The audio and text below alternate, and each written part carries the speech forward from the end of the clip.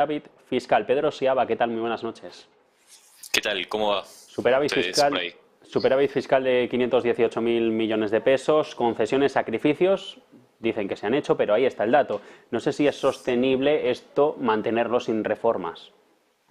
Bueno, es una pregunta válida, que la realidad es que llega después de un tropezón legislativo hace un par de semanas, donde Milei, la fuerza de Milei, la coalición no pudo pasar una ley ómnibus, le llamamos, que es un conjunto muy amplio de puntos que vos recién mencionabas como reformas estructurales, que en realidad atienden justamente a tratar de mantener en el tiempo muchas de estas cosas. Sin embargo, el último rechazo que tuvo por parte de la oposición ya no contaba con el capítulo fiscal, que eso sumaba un 1,8 puntos del PBI en el año.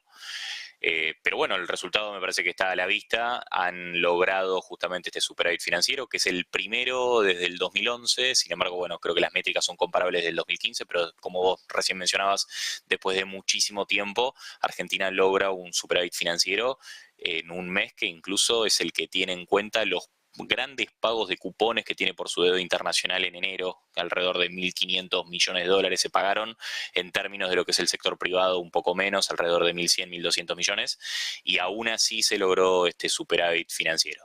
Así que son buenas noticias si uno quiere por el lado del mercado. Y como vos recién mencionabas, esto tiene por supuesto un sacrificio, atiende muchísimo a lo que mencionaba Milei al comienzo de su mandato, que se iban a venir meses complicados, porque resolver el problema fiscal, por supuesto, tiene mucho de licuar el gasto, tiene mucho de ir recortando varias partidas, el CAPEX, el gasto del capital, y obviamente rubros que siempre es mucho más difícil recortar que obviamente que gastar de más. Así que bueno, me parece que es sostenible siempre y cuando se mantenga el humor social y que no vaya por otro lado. ¿Habrá que hacer más reformas? Seguro que sí, seguro que sí. Bueno, una de las primeras cosas que tiene que tratar el Congreso ahora en el inicio de las sesiones Sí. extraordinarias, a partir del 1 de marzo, es el decreto de necesidad de urgencia, el más grande que publicó, el único que publicó Milei, y eso sí ya tiene varios puntos porque toca muchos sectores que han tenido mucho lobby en los últimos años. Planteaba muchísimas reformas, capaz una de las más importantes, la laboral, ha tenido una medida cautelar por parte de la justicia que pidió la organización principal de sindicatos acá en la Argentina. Y bueno, es una negociación, es una discusión, un debate, la política es así, va a llevar tiempo y seguramente varias de los puntos de las reformas que planteaba la ley Omnibus se vayan a tratar, quizás en leyes más chiquititas o quizás se vuelvan a tratar en su conjunto. Recordemos que la ley volvió a las comisiones, vuelve a necesitar nuevamente un dictamen, tendrá que buscar el apoyo de gobernadores. Estamos, si uno quiere, en un momento de muchísima discusión política, porque acá claramente nadie se quiere quedar afuera, nadie quiere ser el que pague el costo del ajuste, del recorte, y entonces estamos viendo muchas discusiones entre lo que es el Poder Ejecutivo, la Nación y muchos gobiernos provinciales. Así que yo creo que las reformas eventualmente van a llegar, capaz no en lo que era su primer estadio, pero sí seguramente la negociación va a seguir adelante para que finalmente la Argentina vaya publicando, vaya aplicando reformas que, bueno, sabemos que hace muchísimos años, incluso desde diferentes ópticas políticas, sabemos que la Argentina requiere.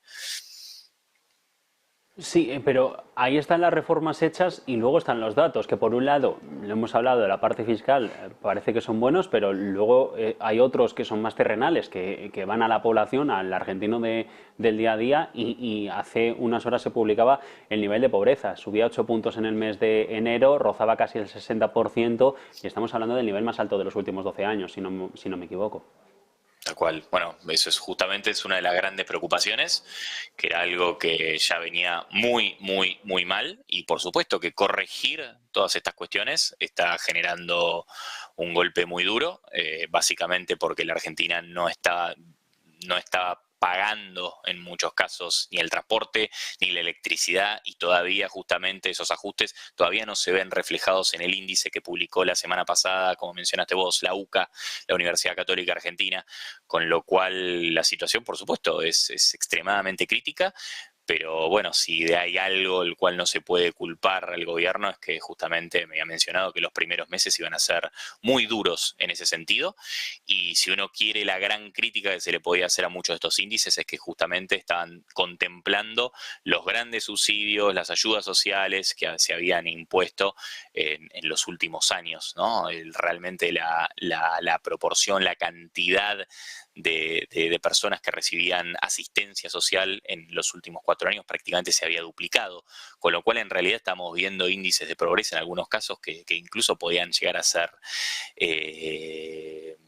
no falseados, pero sí obviamente que estaban capaz subestimando un poco lo que era la realidad argentina, con la gran caída en el consumo, con una gran recesión económica que creo que es mucho más abrupta de lo que estábamos esperando el común denominador del mercado. Por supuesto que esa es la parte más crítica del ajuste, pero bueno, la realidad es que ya la Argentina estaba en una situación muy difícil y si uno quería salir de esa situación, me parece que este es el costo que está pagando la población, que está pagando la gente para salir de una situación que ya no tenía. Prácticamente la Argentina no estaba generando trabajo genuino, estábamos en una situación muy crítica de reservas, no había espacio para aumentar la producción, básicamente no había posibilidad de ingresar insumos del exterior, la deuda con importadores estaba en niveles insostenibles, la situación fiscal ya prácticamente no tenía un freno, la Argentina se había quedado prácticamente sin ningún tipo de credibilidad para seguir endeudándose en el exterior, ya desde incluso con la reestructuración del 2020,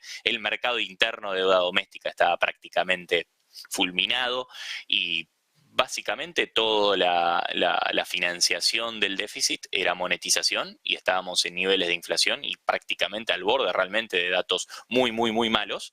Y ahora los datos de inflación lo que están reflejando es justamente la devaluación parcial de diciembre, pero aún así con los datos malos que hemos tenido de inflación, las estimaciones iniciales, y ahí obviamente nos sumamos nosotros desde el mercado, eran peores y claramente la recesión económica, la destrucción de la demanda, la baja en el consumo mayor a la esperada, han ayudado por lo menos en que los datos de inflación hayan sido un poquitito más optimistas que los esperados inicialmente. Pero acá claramente me parece que el desafío es muy grande y estamos atravesando un momento muy crítico en todos los indicadores sociales.